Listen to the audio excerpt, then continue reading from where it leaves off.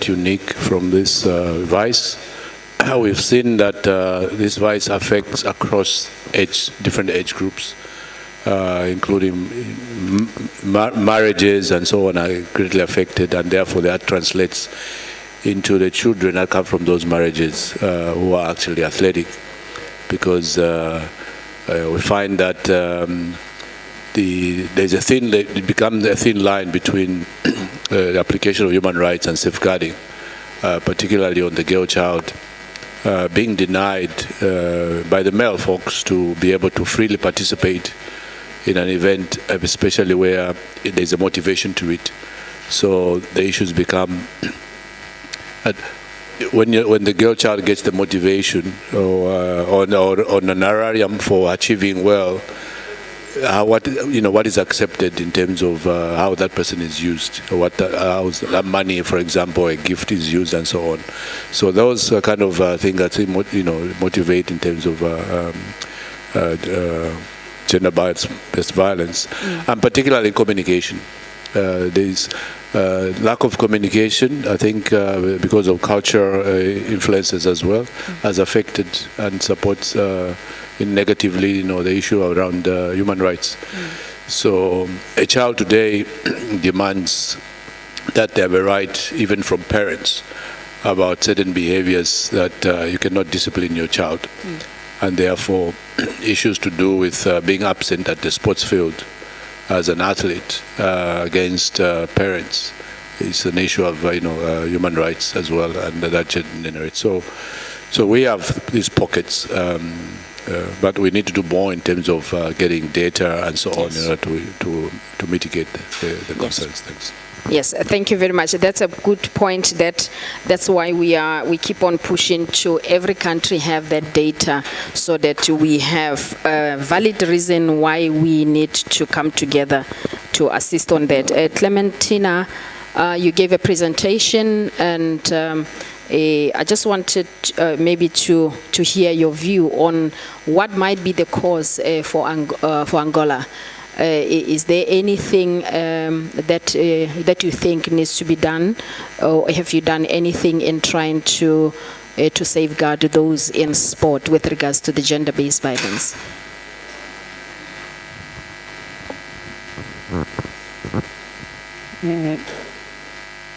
Sim.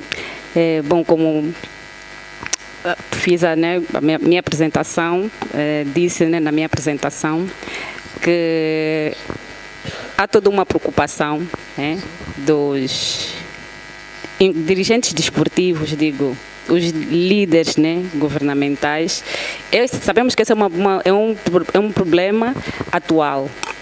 E está em Angola, está em África, está em toda parte. Então há a necessidade do envolvimento de todos os entes, os governantes, as organizações, e não podemos descurar o papel dos pais.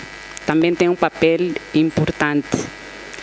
Os pais como encarregados, como pedagogos, para que os nossos filhos, os nossos atletas já tenham uma base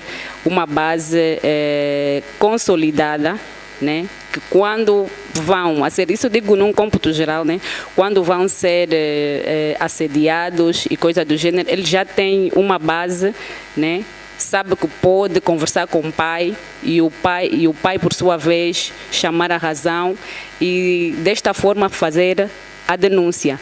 Isso o mesmo passa com um atleta. Você também vê que o treinador está a fazer algum toque, enfim, se calhar partes íntimas e coisa do gênero, também pode conversar com o pai, e o pai, à sua vez, vai denunciar. Então, para dizer que este é o papel de todos os elementos envolventes da sociedade. Todos temos que estar engajados, porque é uma preocupação coletiva. Yes, thank you very much. And always remember that, yes, this is what we all believe. And the reason why we need that database is because the athletes on the other side will be saying something else. We have, as we go around, we have athletes who feel they are not safe at home. They are better safe in sport. And then there was one who said, I'm running away from home with the stress that is at home and running to sport. And the same evil that I'm running away from at home, I find it in sport. So we also had a situation in South Africa where a former athlete was saying, I've been saying that I've been abused by my coach. And I even told my parents, but my parents did not believe me.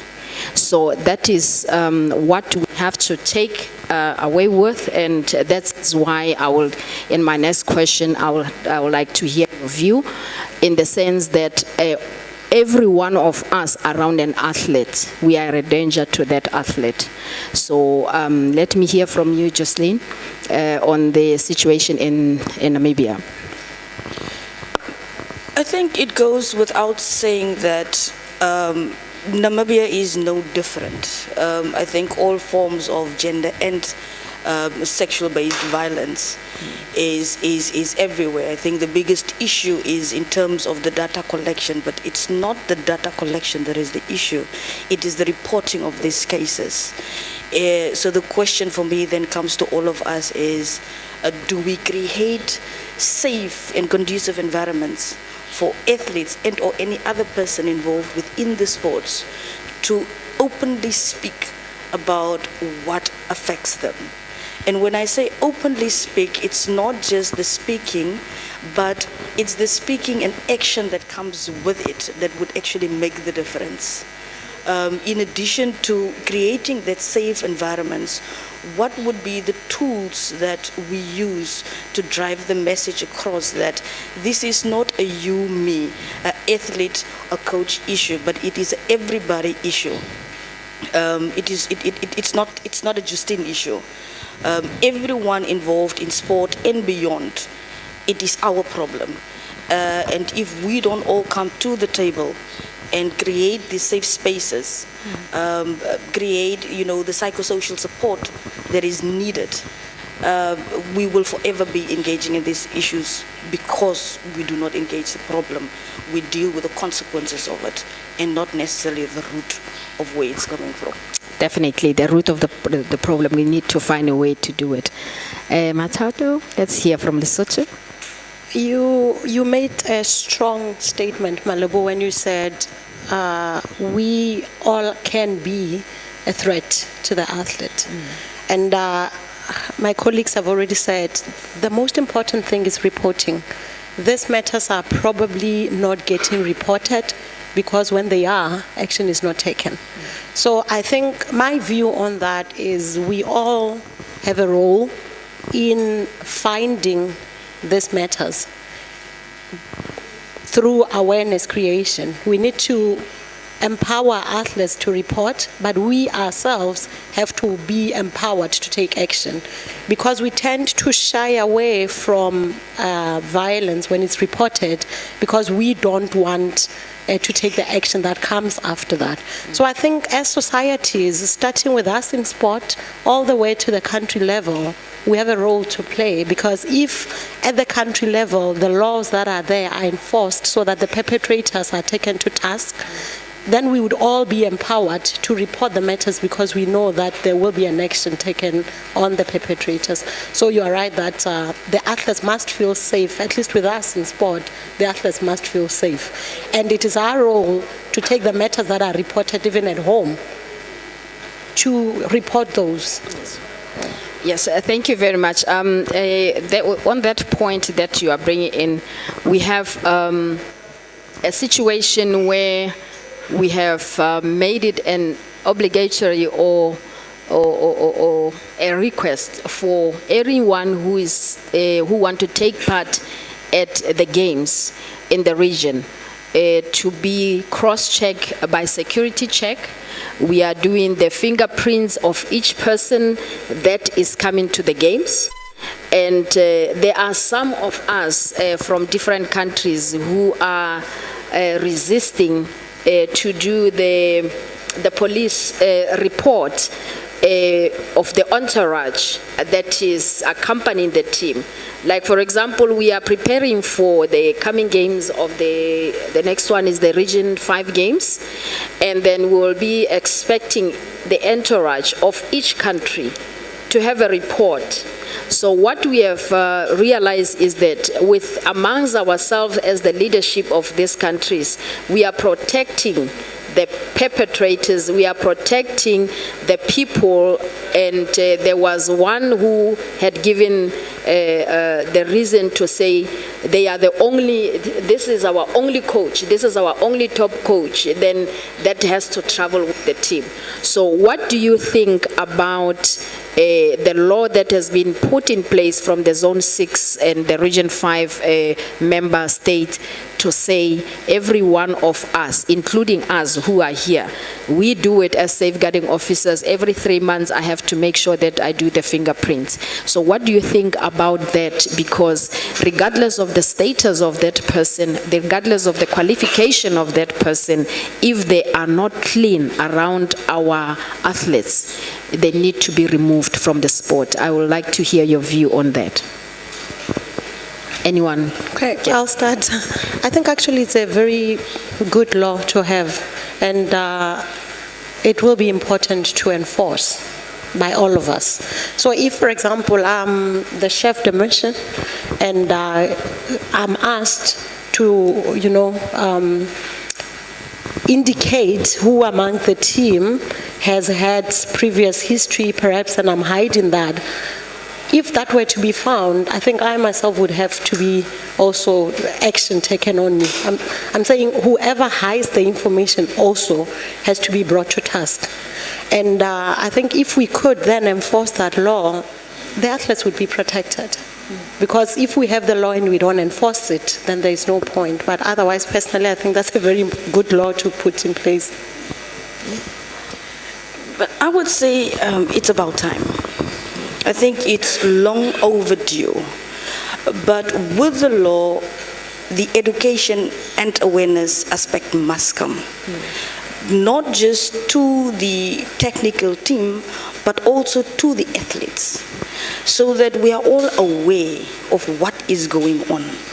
Because at the end of the day, even if we have a law like this, and yes, we implement it, but if I as the athlete still do not know what does grooming look like? What is appropriate behavior? If I don't know that, we will still continue not having reported cases. So for me, it's yes, the law, it's about time. Yes, the education, and still creating that safe space for an athlete to be open to talk about the issues. Any other comment? Dizer que com a implementação desta lei já passa a ser uma medida preventiva. É uma medida preventiva. Aí, se calhar, já podemos ver quem são os integrantes, né? Quem vai integrar a nossa caravana.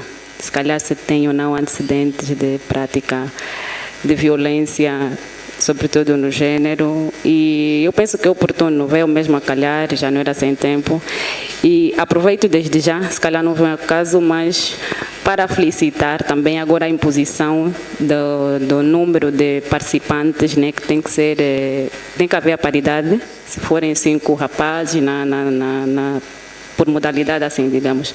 Se forem 5 rapazes, 5 atletas, devem, por obrigação, também ir 5 meninas. Então, é de parabenizar, são os avanços, né, que todos estamos à espera que aconteçam no nosso arsenal desportivo.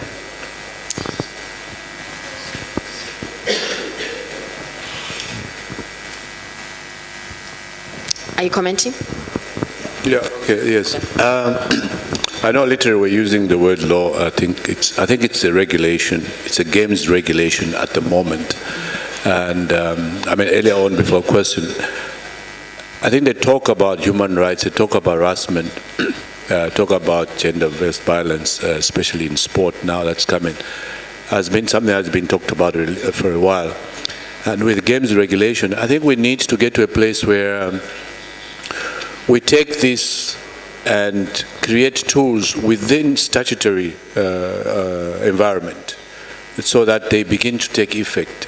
For example, do we have policies that are supported through government structures to do with either police service or victim support units and so on, so that there's a strength in our implementation of this regulation in our own countries. Even as the regulation is there now, I think so started in Malawi. We need to attach that to the regulators who give police clearance, as an example. How should they handle sports issues? And therefore, will they be able to tweak that assessment for entourage in order for it to become more effective? Because just doing an assessment in the regulation, we need to have a compliance matrix attached to it so that we are able to measure who's affected and who's not affected. Because remember that human rights not only affects the athletes, it's also entourage into entourage. Members of entourage among themselves as well get affected this.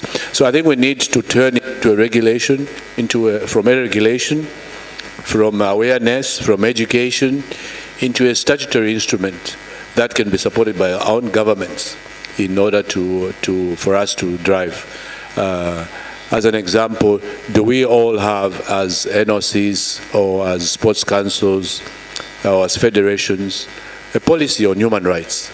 And I think that conversation to start now, it's overdue, that these instruments must exist first and then use them for awareness, use them to ensure everybody can walk the talk, because part of the resistance is because people are not aware. People think that you're negatively approaching them, but he simply wants to make the environment conducive. And remember that with every regulation I introduce to change a behavior, it's because people have a negative behavior. And they resist because they don't want to be found out. Maybe there's one who are going to be affected. So we need to have strong policies and regulations in order to catch those that might be hiding behind bad behavior and so on for our athletes. Thanks. Yes, sir.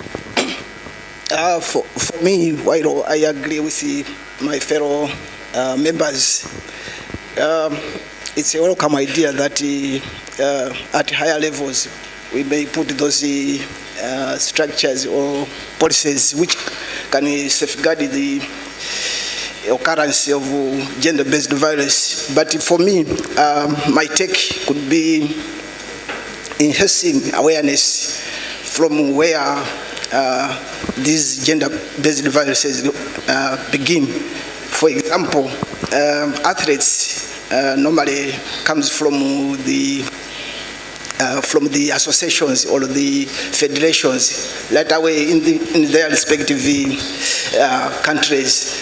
Again, the officials who normally travel or handle the athletes at competitions, if they are not aware that doing this is an offense, it will be difficult for them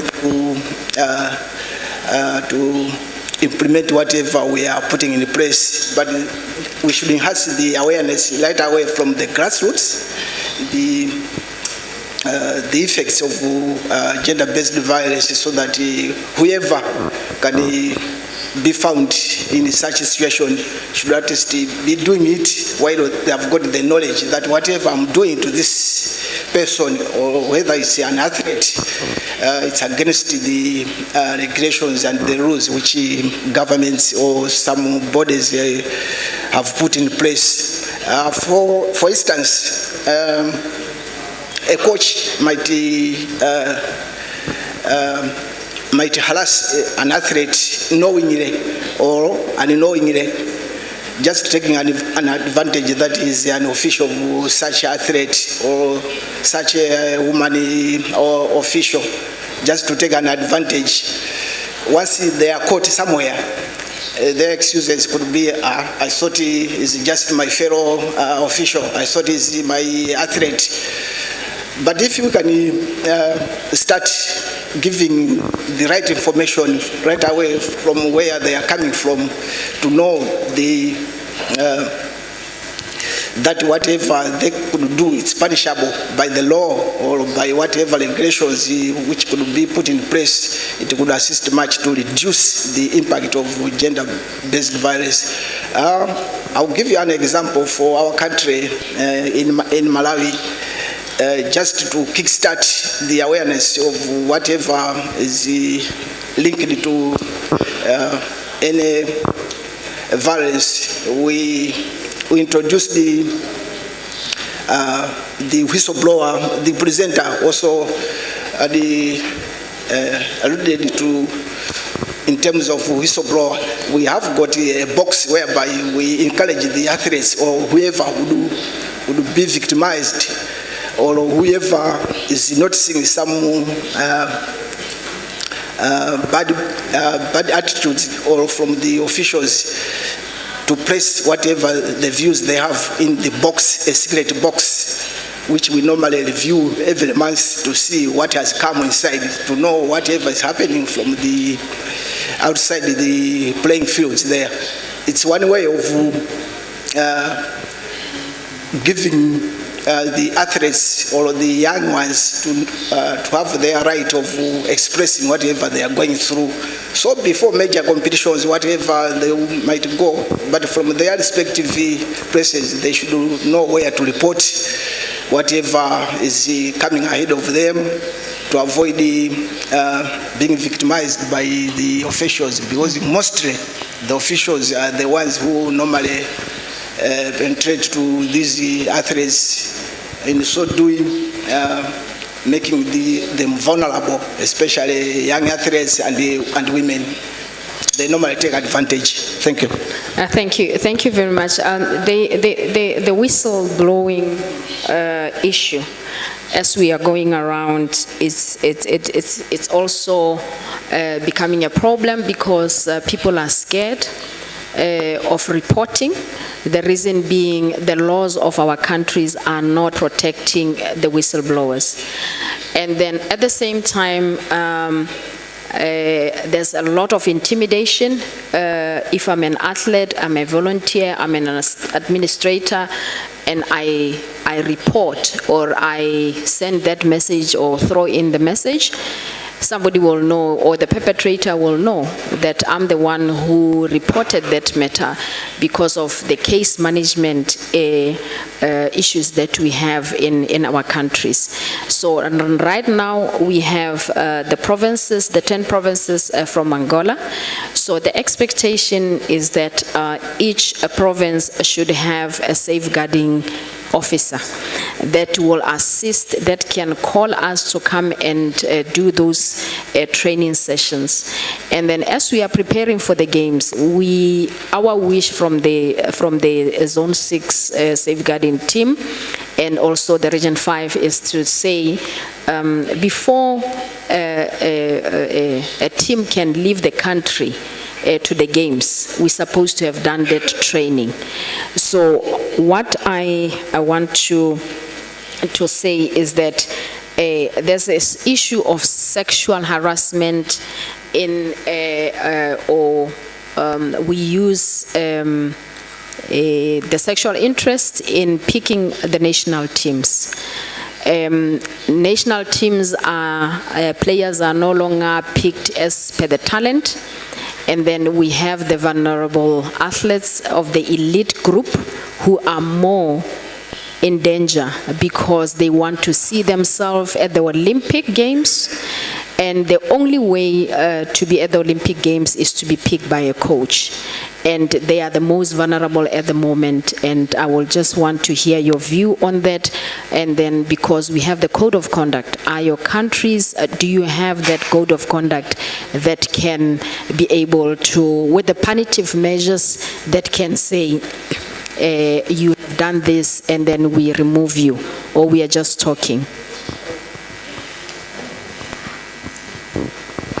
I think for me, like I said, I think we need to first of all strengthen selection criteria and ensure that federations or clubs actually have a written document in how they select their athletes for these competitions.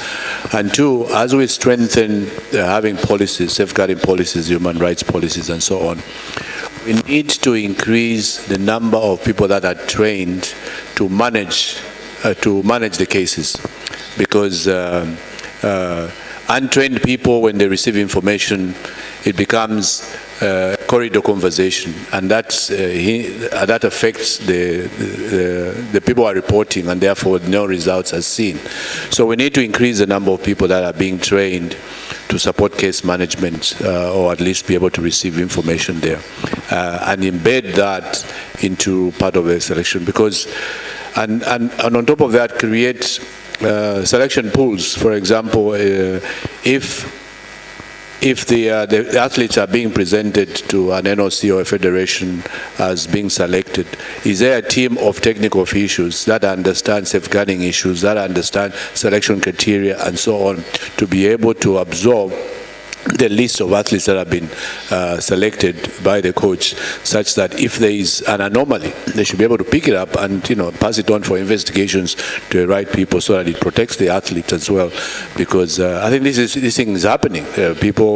Athletes feel that among themselves one is better than the other, and then I think we need to strengthen these areas and yes, talk about them as often as we can. I agree with you that part of that process should be do some training, some awareness sessions for the teams that are being selected, and for the team before they make final selections, for both the coaches, the insurers, the athletes, so that everybody becomes aware. And I think from IOC perspective, the idea of having an athletes commission is so that we can support these causes. And so federations need to have an athletes commission that has some strong athletes who can speak in confidence to, through a system of what things that are affecting their fellow colleagues. It might be easier for me and an athlete to report to somebody who's an athlete, who's my leader, than somebody who I think, okay, he's a coach, I like him, he's good, but I can't tell him something in confidence, maybe because he's the one who's affecting me. And so we need to strengthen those areas, and we need to talk more and more about it, so that the more the athletes talk about these things, perhaps it becomes a deterrent for the people who want to cause issues with them and so on. So yeah, that's. Thank you very much. I'm not sure the time that Joan is giving us, but I think she will indicate as we are coming closer. I just want to say, as you were talking on the athletes, remember we talked about we have different programs, but the other reason why we are failing is we are not collaborating these programs.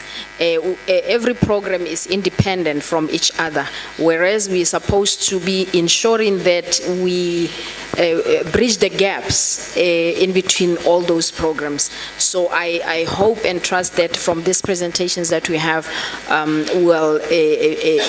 even by doing that, that's why I kept on talking about the collaboration. We are saving the resources, and in a way of bringing all the programs together so that they can be able to address the issues.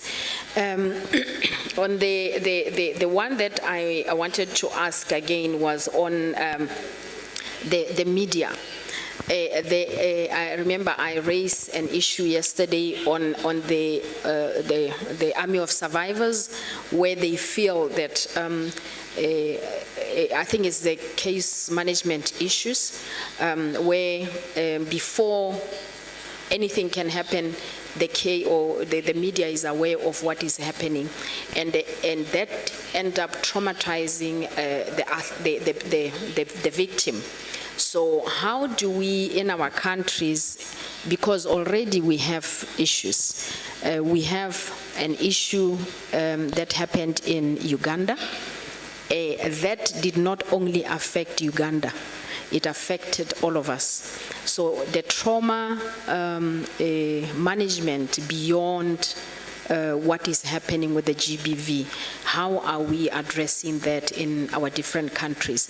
What steps have we taken after the case in Uganda? Because somewhere, somehow, it has affected the entire society of Africa and even the world. And there might be an athlete in your country who's going through the same abuse.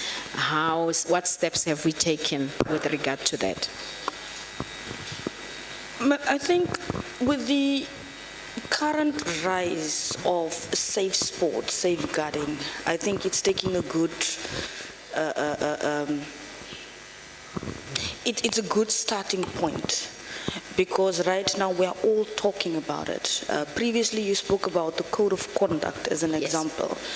And this we do when we have a whole lot of national activities or international activities. But the conversation is now also boiling down to academies, which speaks to the grassroots level. And when we start the dialogue already at that level and create the understanding of what safeguarding is. Someone asked me the other day, is safeguarding safety and security, as an example? The question is relevant because we do not understand what safeguarding is. So if we take this down to grassroots and we already bring about the understanding of what it is, it then takes away the ignorance. And it then equips us better to deal with cases as opposed to being shocked when something comes to light. Because most of the times we just reacting, right? But the current rise of the conversation around safeguarding, I think it's a good starting point. And it has started especially in Namibia, I know it's taken now a toll where it's no more just about signing a document, but it is about reading and understanding that document.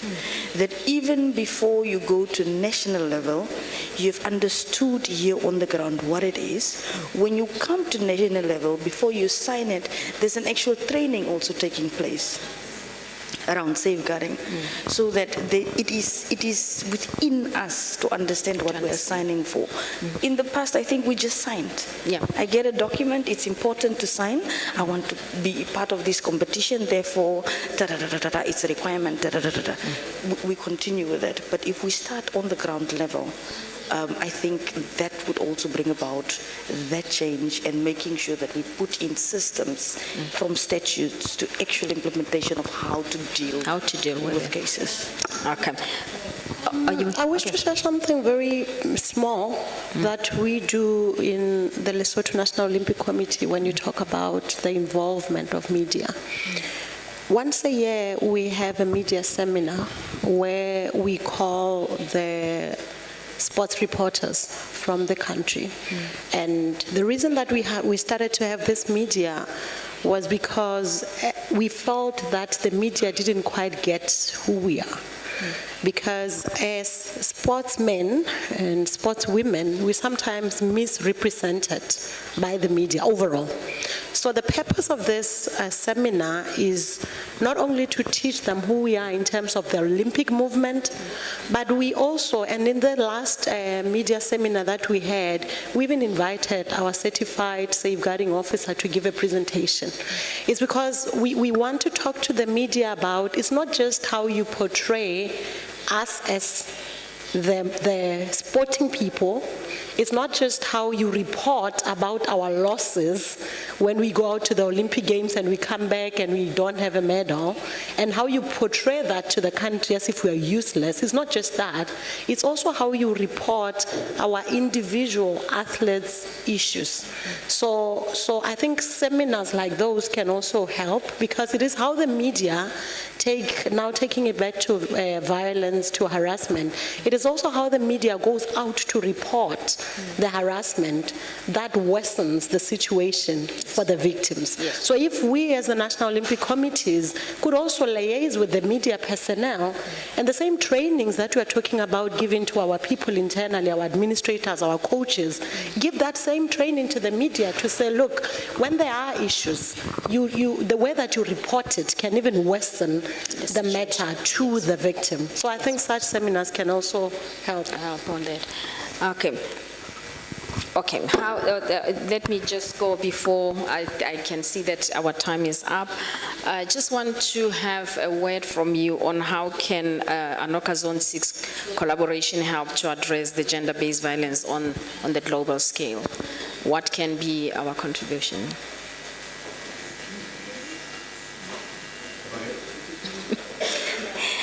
How can Anoka Zone 6 collaboration help to address gender-based violence on a global scale? Yeah, I think one of the processes, like having conversations like this with the NOCs, and also perhaps help with creating policies and regulations that we can all abide by as a region, and from there take it down.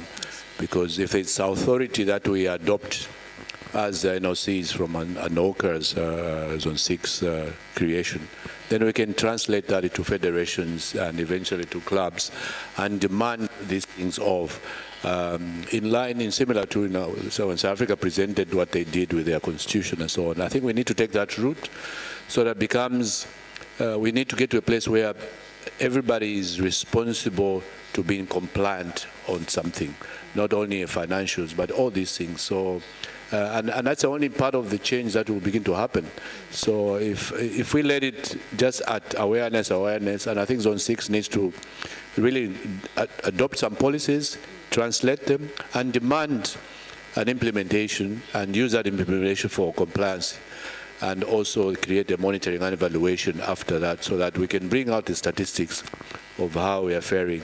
And that will help as well create some sort of conducive environment even for athletes, for entourage, because if they can see results of certain things that are happening, perhaps we might deter from getting all this gender-based violence. Thanks. Thank you very much. And to close on, I just want to remind all of us here that our president said that we have that hub coming. So that hub's contribution will be based on what we're going to do on the ground as individual countries, and we will with that also we can set an example and contribute to the world, and then to set the standards that can be followed by the world. On that note, thank you very much, my panelists. Thank you very much for being there, and then also to all of you, thank you very much for being contributors. Muito obrigada.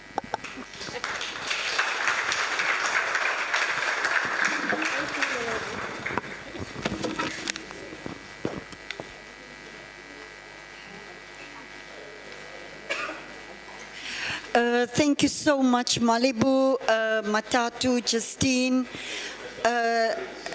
Celentine, thank you so much for being part of this, Bonnie, Henry, very, very insightful. Just a very short one from me. You know, 2 weeks ago, I was in Cascais, near Lisbon, for the ANOC General Assembly.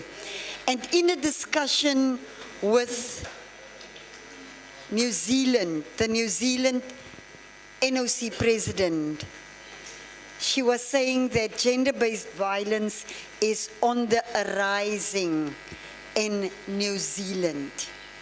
Now, who would thought that something like that is happening on a small island like New Zealand, where this is, where you know, we think everything goes well.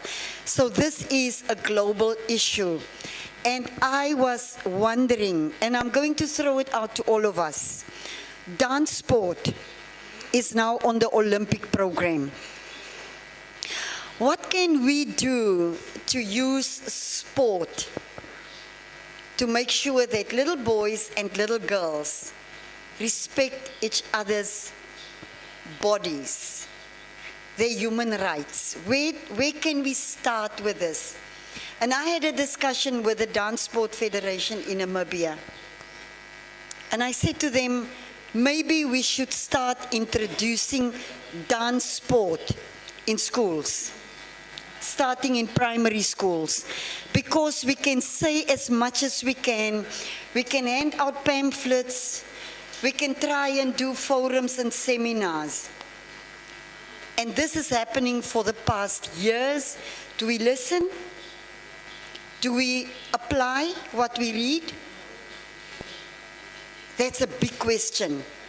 But you know, if I start with ballroom in a primary school, and the South Africans is brilliant, you know, with ballroom as a dance sport. Kizomba. Can you imagine, you bring that little boy and little girl, and you say, and this is how you hold the girl, this is how you hold onto the boy, and this is how your bodies move, and this is how we start teaching them through dance how to respect the bodies, their human rights. Is that maybe something that we can think about? And we use dance sport, and through this, it is a kind of an education process. And what, we all, when music starts, we move our bodies, and that's dancing. And people don't think it is an exercise. They think it is something that you do for fun, especially children. So I'm leaving it up to you. Let's get the world on to dancing. Africa, let's dance. And let's use that as a tool to learn boys and girls to respect, the human, to respect life. With that said, I'm going I'm giving over to Marty. Pedro, sweetheart, I'm going over to you. Thank you.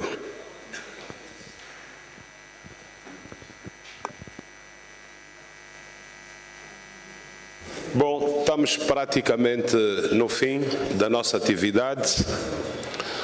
Permitam-me primeiro, em nome do Comitê Olímpico e do seu presidente, Dr. Gustavo da Conceição,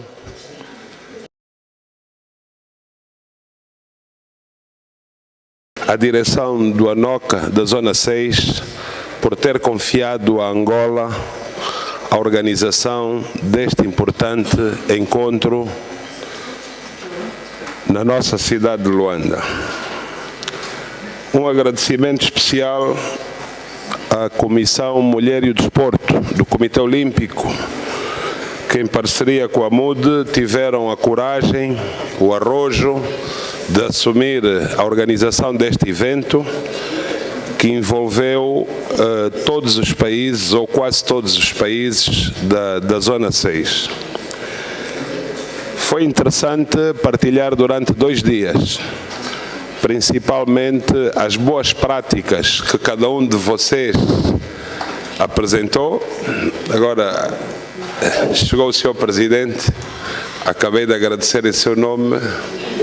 Obrigado. Ok, continuamos. Um agradecimento especial a todos os participantes dos diferentes países que tiraram uma parte do seu tempo para conosco e entre nós fazermos as partilhas que aqui foram apresentadas, e acredito que saímos todos daqui com a convicção de termos um horizonte de coisas novas para fazermos em prol da defesa da mulher, em prol de eliminarmos definitivamente o assédio, a violência à nossa mulher. Um obrigado especial às nossas delegadas das 18 províncias do nosso país. São mães, esposas, trabalhadoras, e não hesitaram em tirar 2 dias do seu tempo transportaram-se nas condições possíveis, via terrestre, viagens difíceis, mas fizeram questão de estar aqui presentes. Por isso, um obrigado especial para vocês, ilustres representantes da MUD no nosso país.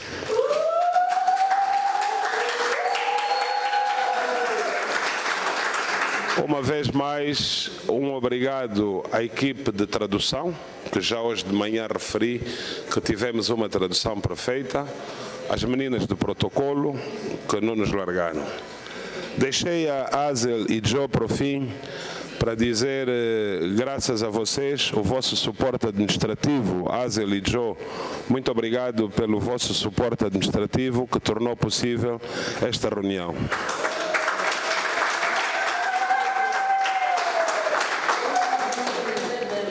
Antes de chamar a senhora Azel Kennedy para as conclusões e, naturalmente, a senhora Mawang Mayola para o encerramento, antes disso, vou pedir à doutora Laudmila para dizer duas pequenas palavras antes do encerramento final.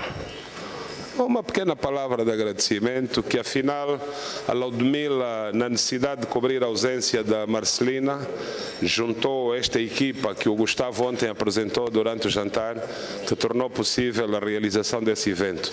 Doutora Laudmila.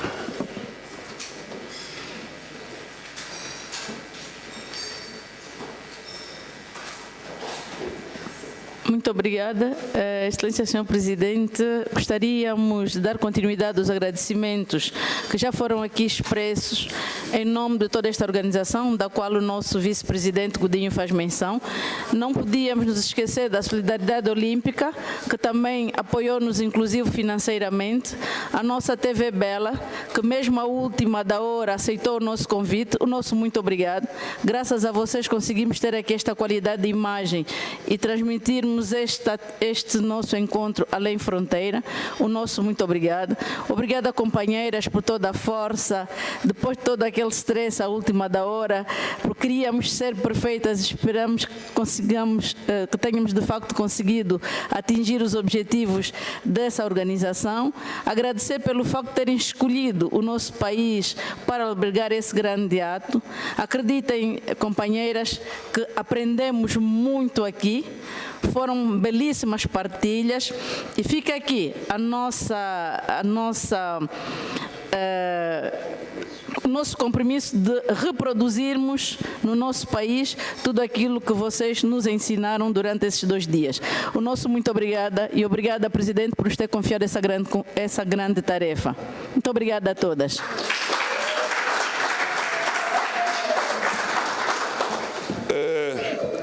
Atrevo-me a dizer, a pedir as nossas desculpas se em algum momento ou em alguma ocasião terá havido alguma falha. Terminamos assim com a... Chamo aqui ao palco a senhora Azel Kennedy e a nossa presidente da comissão e membro do CIO, para as conclusões finais e, de seguida, as últimas palavras de encerramento.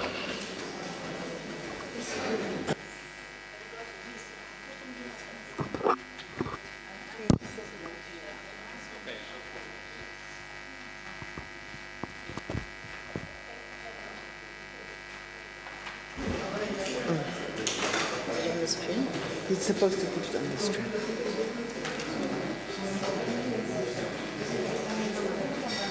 Let me just open up and then you can go through it.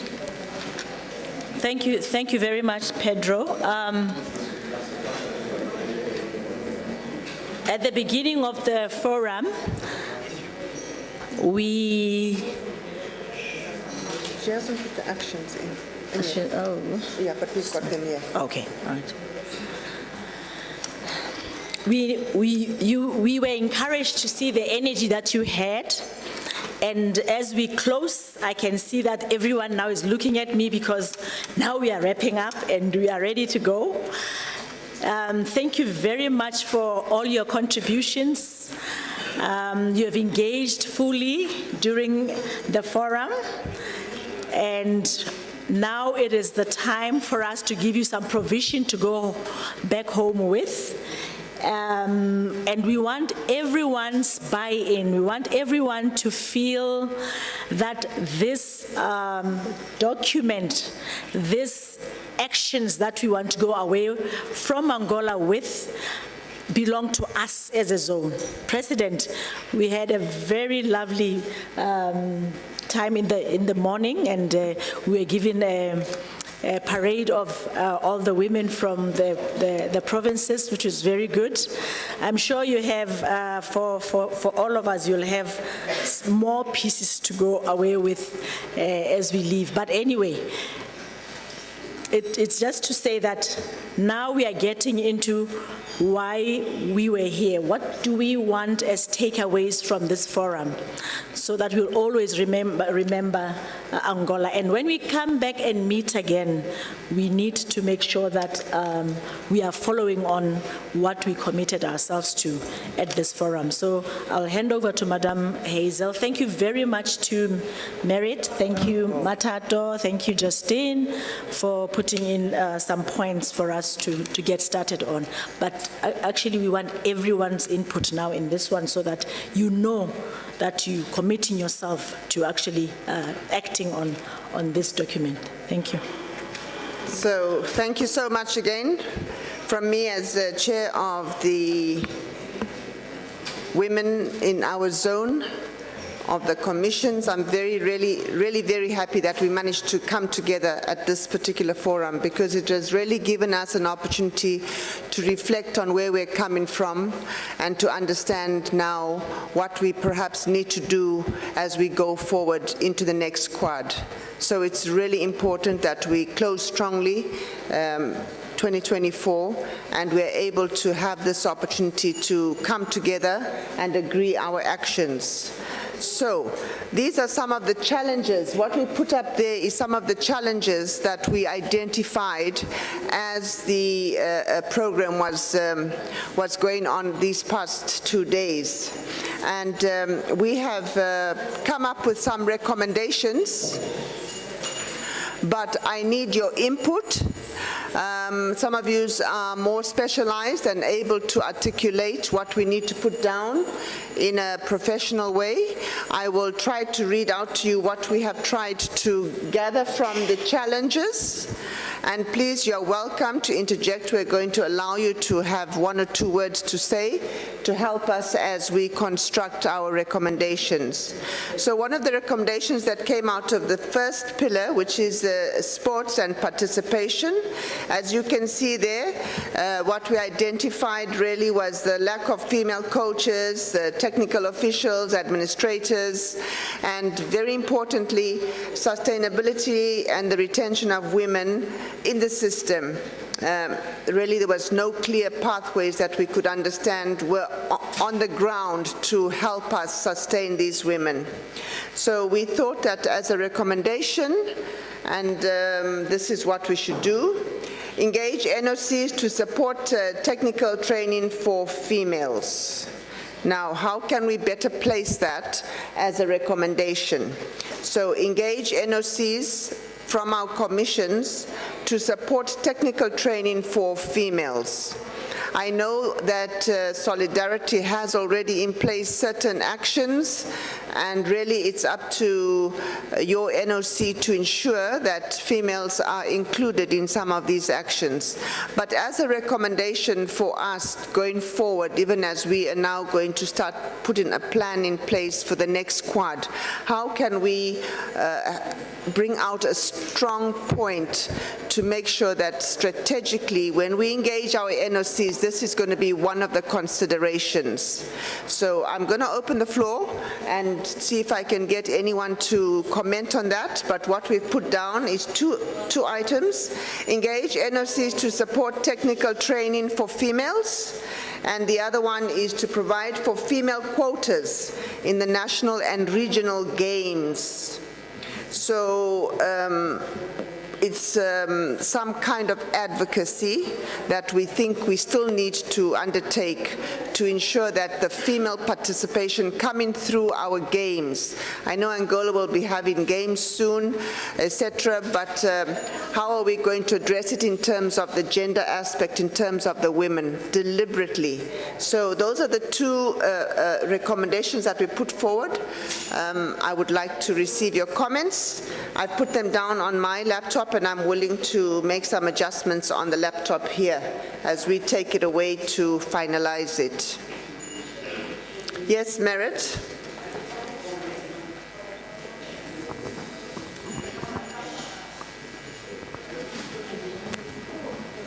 Thank you, Madam.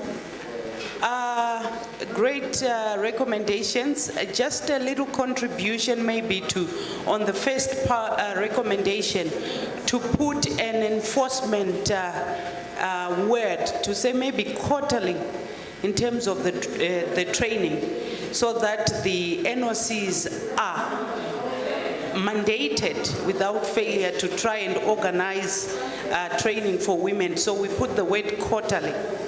Quarterly. Where do you want it to sit? On the first recommendation. Engage NOC to support technical training for females quarterly.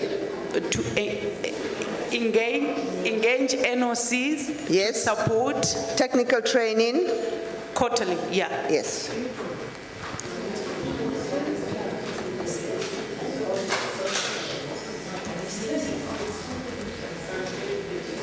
Would that be practical? Can we have some NOC's Secretary Generals here to make a comment? Yes, Luandile? No, I'll let the SG's comment first, because my question is around what are we referring to in technical training? Are we saying if there's a coaching course, we need to prioritize sending more women? Or yes. Are we creating different courses for women? Or are we prioritizing sending more women in existing structures? I think really depending on the environment that we're in, it could be two aspects. If we're in an environment where we already have women in the system, then it must be prioritizing women to attend those courses. If we don't have a structure already in place that women are there, then we might have to look at two aspects. So how do we put that? Because that's a valid observation. Can one of the SGs help us here, please? I think the original version is still giving chance to the female coaches, because currently, whatever trainings are done in various countries, women are there. So the current phrasing is still capturing whatever to achieve.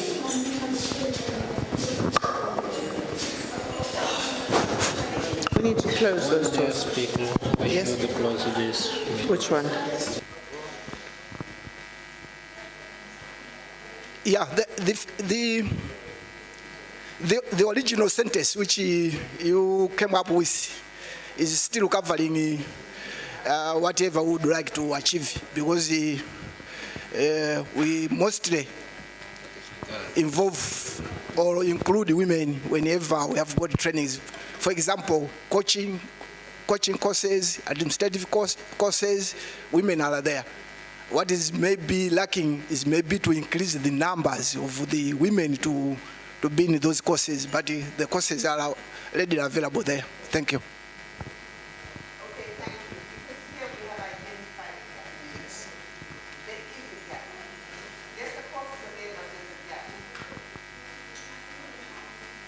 Here there is a gap. The courses are there, but there's a gap. That's what we have identified. So we want to increase the participation. Yes, John? Yes. Sorry, I was... Yes, Luandile. I apologize, I was given the mic. I would request when the SGs have worked it, that we actually should also add the word qualified. Because what we are looking for is qualified female coaches, qualified technical officials. So when we're saying lack of female, or what we want to increase is qualified female coaches, etc., etc.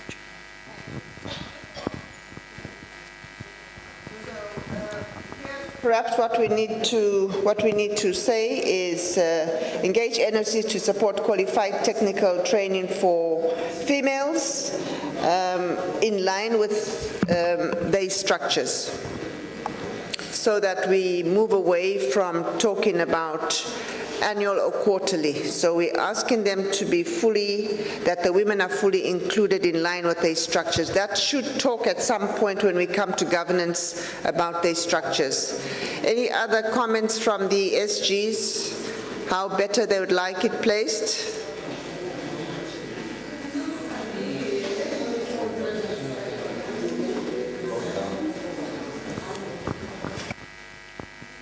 Just an observation, Madam Hazel. We are actually targeting to have elite coaches, because we want coaches that will be able to go to major events. And to Rwandile's point, she says qualified. If we have a coach that has a certificate of level 1 coaching, wouldn't that be qualified? It would be qualified. But then what we are looking for would be high-level coaches. How do we put that one? Because what we are targeting is that we want to increase the number of coaches that we take to major events. So it means coaches, it has to come out very clearly. SG, when you are saying we do provide for those training or technical courses, can we also be specific in terms of the percentage? Because we can even talk to Olympic Solidarity to help us to say, for any coaching course that is offered, there has to be a certain percentage of women sent to that course. In our zone, we can say that. Especially, Mr. President, when we are looking at Luanda 2025, we are having games coming here. We should have specific targets to say how many coaches we'd like to, female coaches we'd like to have in these games. So I think if we can be specific to say our coach, we want a certain level of coaches, and a certain percentage of female coaches being at the courses. Madam Chair, just to add to what Marty said, we looked at, the representation of female coaches at the Olympic Games, and this is where the lack comes. And we actually said, I think the idea was that we need to give female coaches the opportunity to go to these courses for now, because it was male, male, male, male. And even though a female coach will stand back, we need to encourage them, to apply for these coaches. That's the one thing. The second thing, I also think Anoka Zone 6, we should write to our NOCs and ask the NOCs to ensure that there are enough female representation at the advanced sports management courses that are offered annually throughout our NOCs, to ensure that the same applies in governance for our administrators. These women can all sit in those advanced sports management courses and complete it.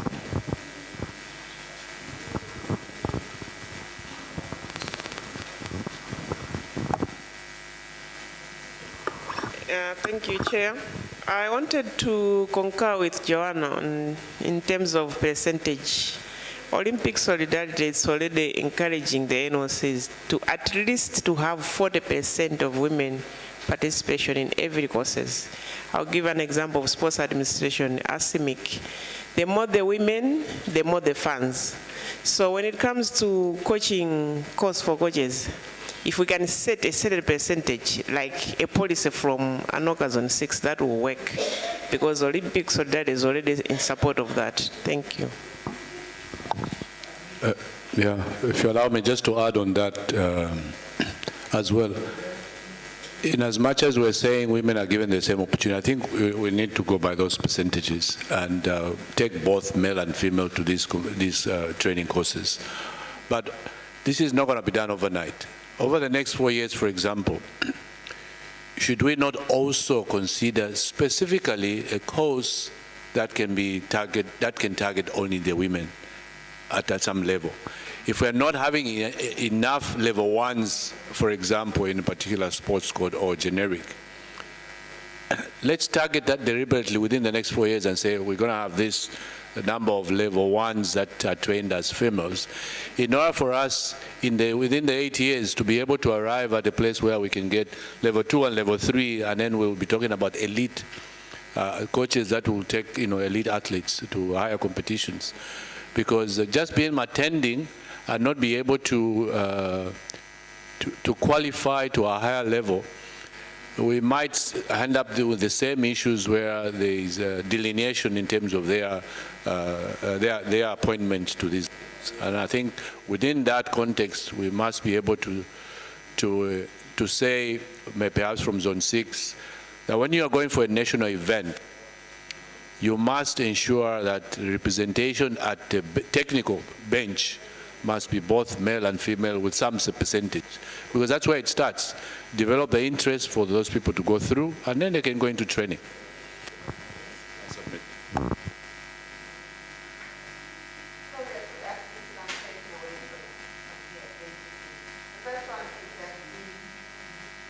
There are two aspects that we take away from here, is to engage the NOCs to support qualified technical training for females in line with the provisions of Olympic Solidarity to a minimum of 40%. So we can craft that somehow, but at least that should capture what we're trying to say. And the second one is perhaps to engage Anoka, our zone, to ensure that the zone introduces perhaps a gender-specific course to accommodate women, to help them as they grow into the process. Would that be sufficient? Okay, thank you. The next one is governance. So for governance, we identified that there's no statutes and policies on gender equality sitting in the NOC structures. We are lacking clear capacity building frameworks for women, lacking sensitization and awareness to encourage male support. The current leadership in some NOCs is not ready to embrace change. We also tried to identify the fact that there's no strategic focus under governance to ensure retention of women in leadership roles. So this is what was identified from the floor to us, and some of the recommendations that we thought we could craft would be to, number one, to engage the NOCs to review their statutes, to include policies for 1, training frameworks for women, 2, improved quotas for women, 3, include specific support measures for women. It's a bit wayward, we can talk about that, and 4, to provide for a strategic focus for the retention of women in leadership positions. So I give it back to you now to tell us your views on the recommendation, given those challenges that have been identified to us.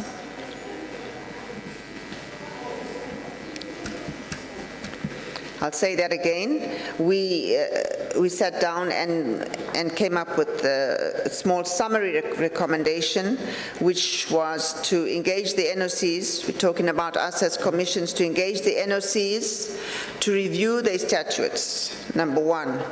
We're looking for them to review the statutes because what we want is perhaps an inclusion in the policies or an introduction of some policies or bylaws as I was guided could also be the possibility, so that we have a training framework specific for women, and we also have improved quotas identified for women, and also to include more specific support to help the women. As already we have identified here that for the technical side, we really need to try to bring it up to 40% as a minimum, so that would apply there.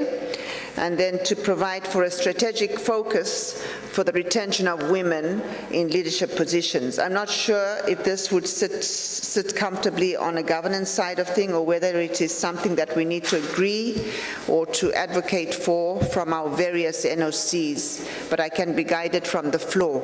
So these are some of the recommendations that we've put across. Floor is open.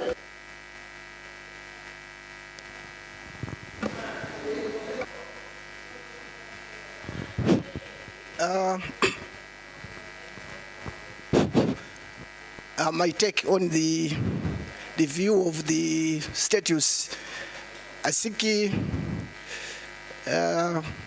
the best phrasing could be to incorporate into NOC's set plans, rather than tampering with the statutes, which could simply take longer before implementation. But if this could simply go straight into the NOC's strategic plans, this could be faster than waiting for constitutional reviews, whatsoever, approvals. But in the strategic plans, it can simply go through, maybe under key performance areas of capacity building. It means we want to empower the women. In the set plans could be easier than the constitution. That's my take. Thank you. Yeah, I think I would agree that I think we focus on policy, making sure that we have policy guidelines, and then later on, some of those things can translate into being added in constitution. Because remember, constitution can only be this little.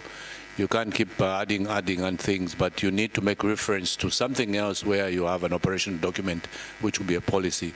So ensuring that everybody has policies that speak into gender equality, and human rights policy that we talked about, it's all there. I think that would be a start, and so on. And I want to marry lack of clear capacity in terms of your recommendation and leadership, keeping leadership, perhaps to using the current framework already. I mean, we could IOC, the women in leadership, we also Commonwealth Games, but we have nothing that attached those to within countries. And I think earlier on, I did allude to the fact that we need to get into a mentorship program. Perhaps that's what we might bring out there to capture those two challenges as an action to start with. And arising from that, then we can build on what other framework do we need to do in terms of training.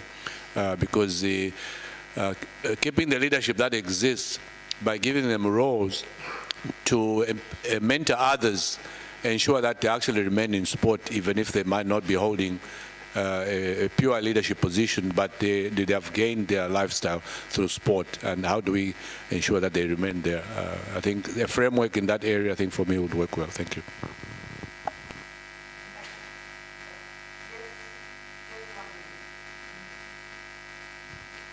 Thank you.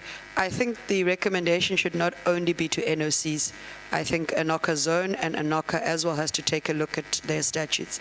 Because in the governance environment, if our constitutions must reflect the structures above us, and if we now go to work at the bottom and the structures above us are not reflecting the work we're doing, then we're going to have a bottleneck.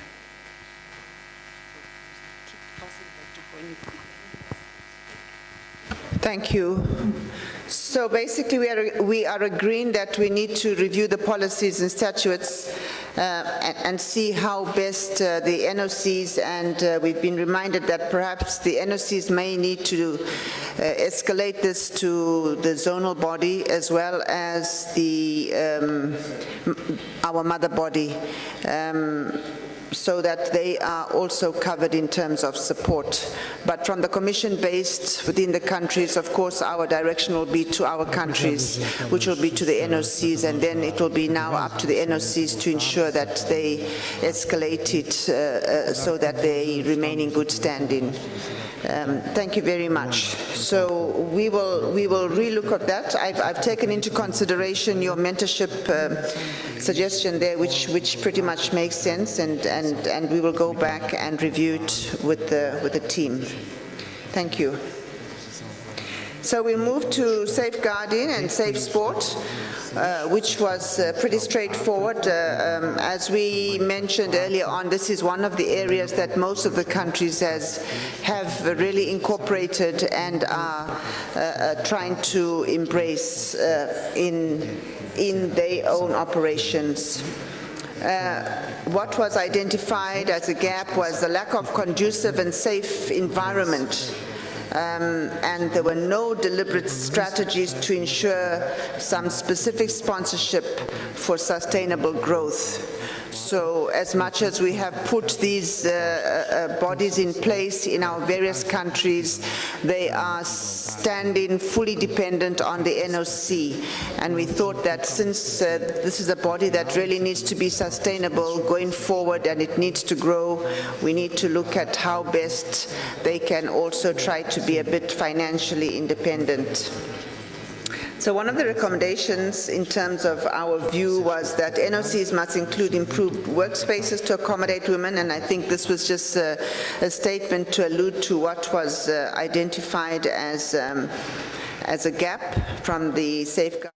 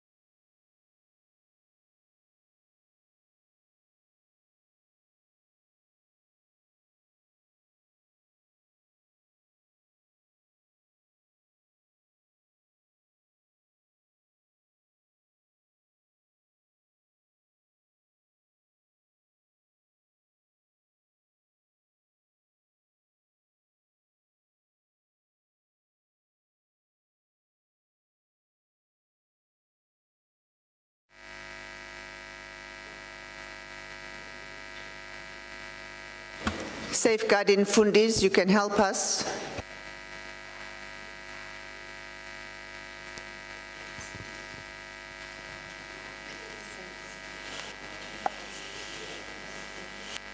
Are we happy with that simple recommendation? Yes? This question is actually directed to Malebo. Do we, because I was going to mention something along certifying the safeguarding officers. So what I was going to ask you was the training that the Olympic Solidarity gives, is that if all the countries were to apply to have one person per year, does that cover it? Because if it does, then we can put for ourselves that at least once a year, every year we get one more person certified. I don't know if all the zonal countries currently have a certified safeguarding officer. If we do, then every year we add one more, because currently we have maybe one or two or whatever, and it's not enough. So I think to certify more can be important as part of that what's already been mentioned, Hazel.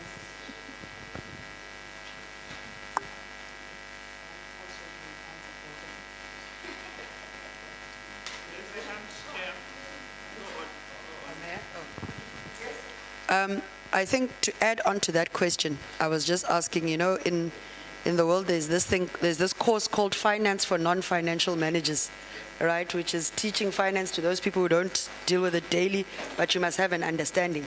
Is there such for safeguarding? For us who sit on boards but aren't going to be the safeguarding officer, but will have to face these things whether we like it or not. So that, I'd like to know if that is a possibility. Yes, thank you very much for that. Yes, every year, as a NOC, you can be able to apply for one person to add to the one that you already have. But while I'm there, please don't just how do I put it in the right language? Don't just put in somebody because you want to pay.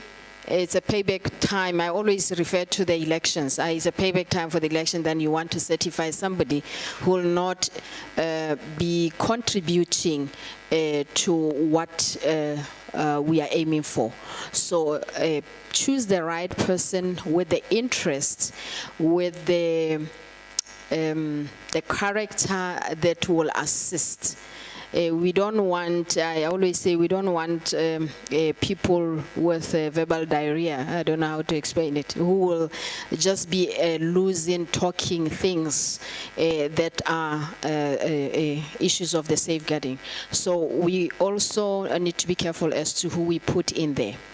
And the next one, while we are still waiting for that cycle to keep on, because at the moment they've been out admitting one per country, we have an essential course that I will say the link with Hazel and Joan, that you can go online and do it and get that certificate.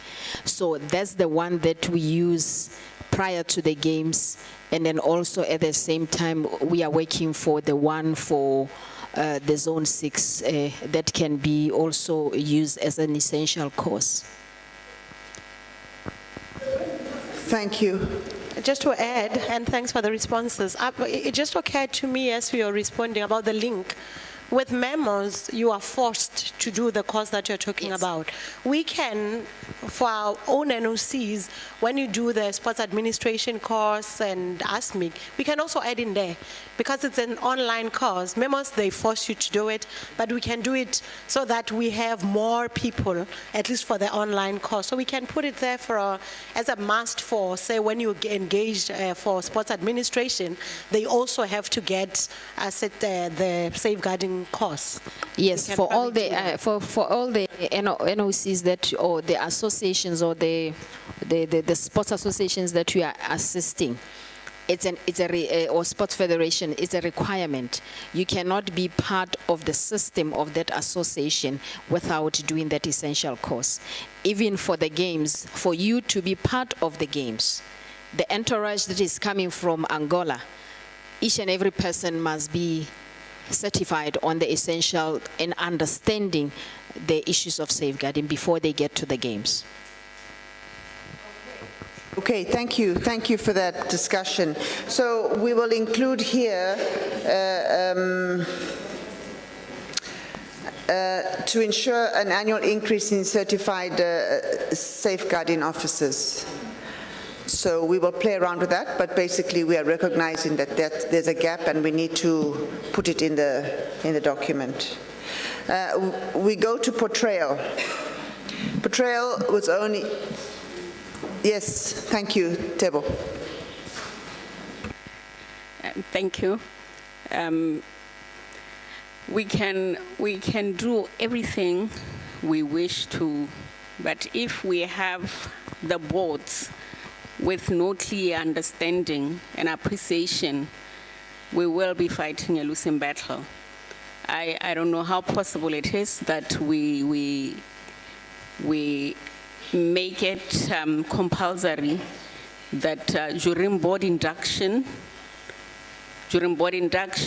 there is the aspect of safeguarding, because if the boards don't really have an understanding, then it will be something that does not matter. Thank you. Okay, thanks for that. Well, yeah, that's fairly noted, and we're going to take that into consideration. We have two more pillars to talk about. Portrayal, we had a minimal, we just had one particular point which always comes up, and once again it's the minimum visibility and representation in media spaces of our women. I think on portrayal we all need to do something in our countries, because we seem to be a bit lost as to how best we can get the women concerns across. Some countries may be doing better, but generally I think all of us are a bit lost on how best we can manage that particular pillar.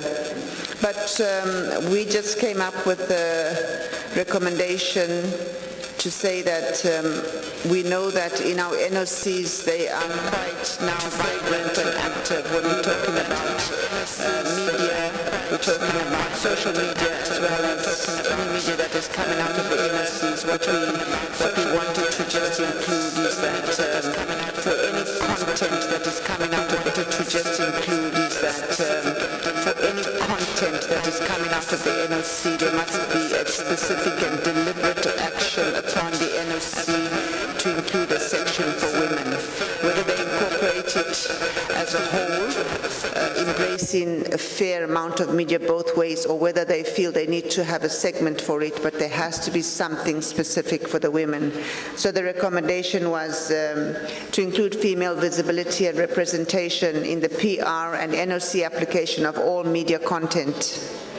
I don't know if you would like to make a comment on that, please.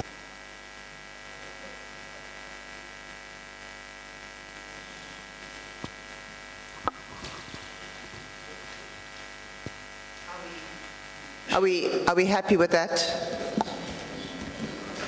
Yeah?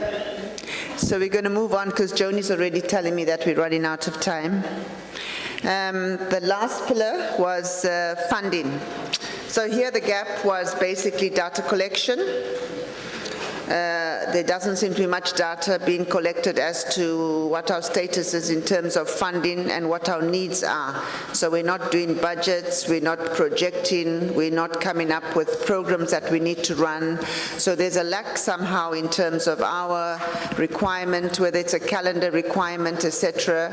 We saw when South Africa was presenting, they were already talking into a calendar well into the next quad, which would help them focus the requirements.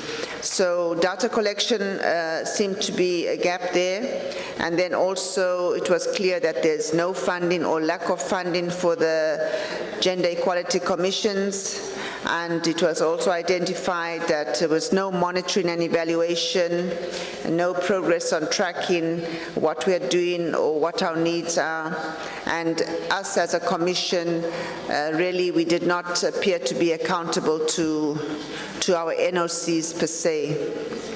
And then there was also a view that perhaps as commissions we needed to have more stakeholder engagement.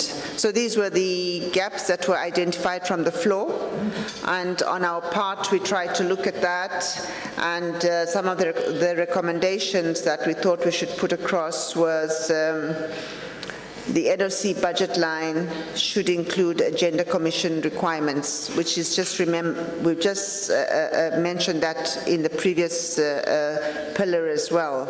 So it should include a gender commission requirement. So we're asking for a budget line specific to our commissions. The next recommendation was that perhaps the Gender Commission could get involved in the marketing processes so that women, the portrayal of women come across as negotiations and discussions are being made from the NOC point of view. Let's take an interest to ensure that there's some involvement there with our NOCs. So the point to take away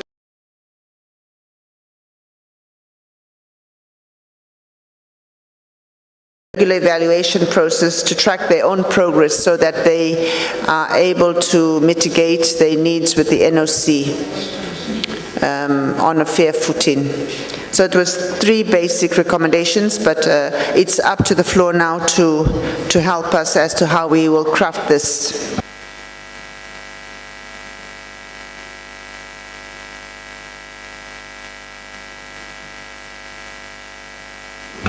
Luandile, from a governance point of view, could we have a comment from you perhaps on how best we might want to mitigate this? If you have anything to say, we'd appreciate.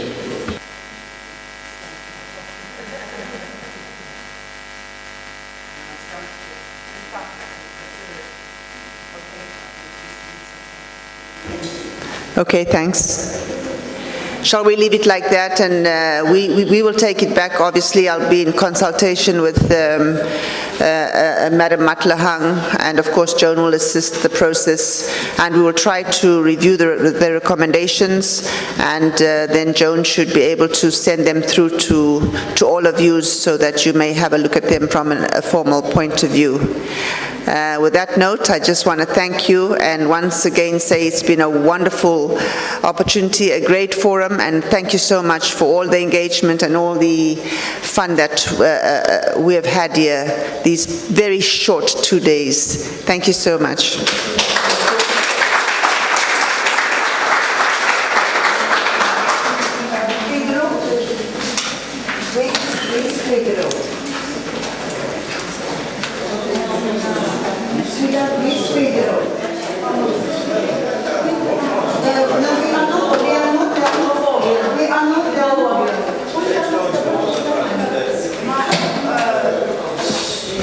Ladies and gentlemen, just another few minutes so that we can do the formal closing. Are we going to have the dance group? Are we going to have the dance group? So can I then ask that we do the dance group now? Okay. Sweetheart, we're going to do the dance group now while we're waiting for Pedro to come to close with President Gustavo.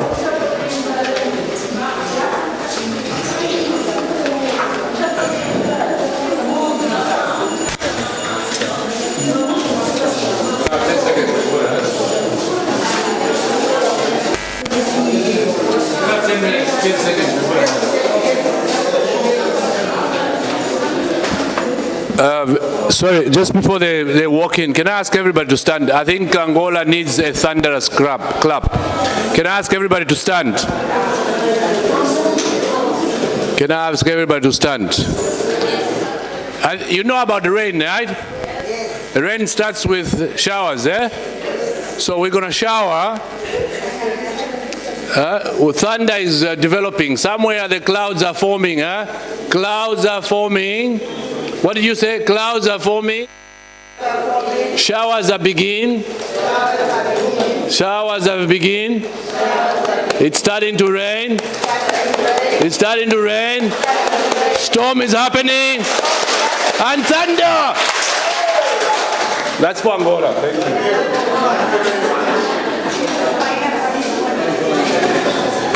Thanks, Bonnie. Please take your seats. Please take your seats. It's going to be something that you will appreciate now. And then we can go with the dance group. Okay.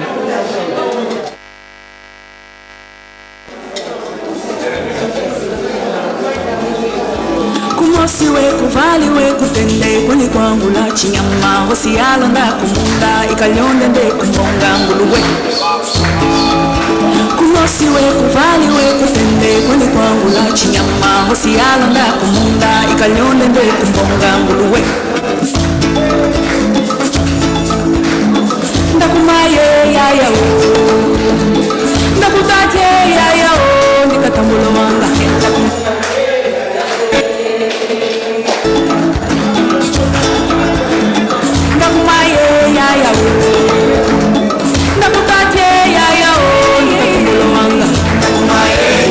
Amaindi katambulo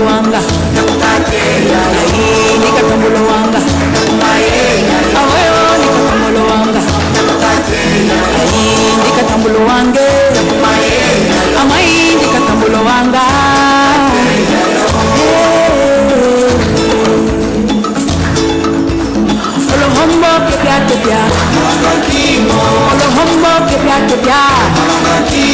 Olohombo kebya kebya, Olohombo kebya kebya, Aye katuli bali, Aye katuli bali, Aye katuli bali, Aye katuli bali.